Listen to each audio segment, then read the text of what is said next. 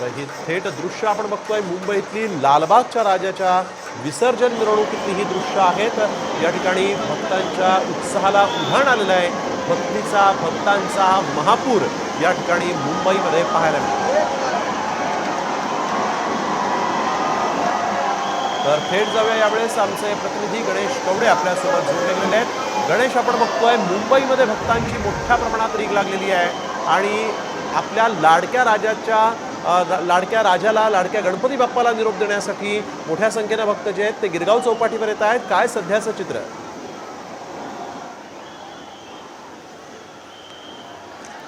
नक्कीच सध्या गिरगाव चौपाटी आहे आणि या गिरगाव चौपाटीवर आहे अखेरचा निरोप देण्यासाठी बाप्पांच्या मूर्ती आहे ती या ठिकाणी दाखल झालेल्या पाहायला मिळते। परळचा महाराजा असेल या घरगुती गणपती असेल हे सर्व गणपती आहेत ते विसर्जनासाठी मनोभावे पूजा केल्यानंतरून बाप्पांना निरोप देण्यासाठी या ठिकाणी आलेले पाहायला मिळतात। एकच सगळ्या गणेश भक्तांकडून आवाज तो ऐकायला येतो ते म्हणजे गणपती बाप्पा मोरया, पुढच्या वर्षी लवकर या, अशाच पद्धतीचा जयघोष आहे तो या ठिकाणी होताना पाहायला मिळतोय। आणि अखेरचा निरोप देताना भाविक कुठेतरी आहे ते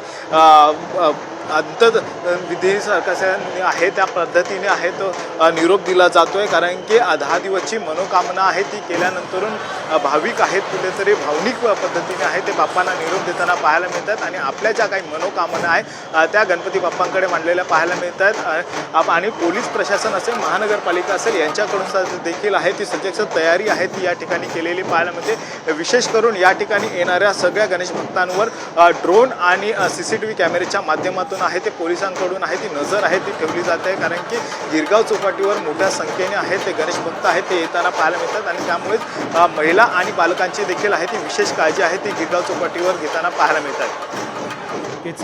आपण बघतोय की या ठिकाणी गणेश एक महत्त्वाचा प्रश्न असा देखील आहे की घरगुती गणपती बाप्पा जे आहेत ते मोठ्या संख्येनं आता येत आहेत असं देखील दिसतंय। धन्यवाद आपण दिलेल्या या सविस्तर माहितीसाठी।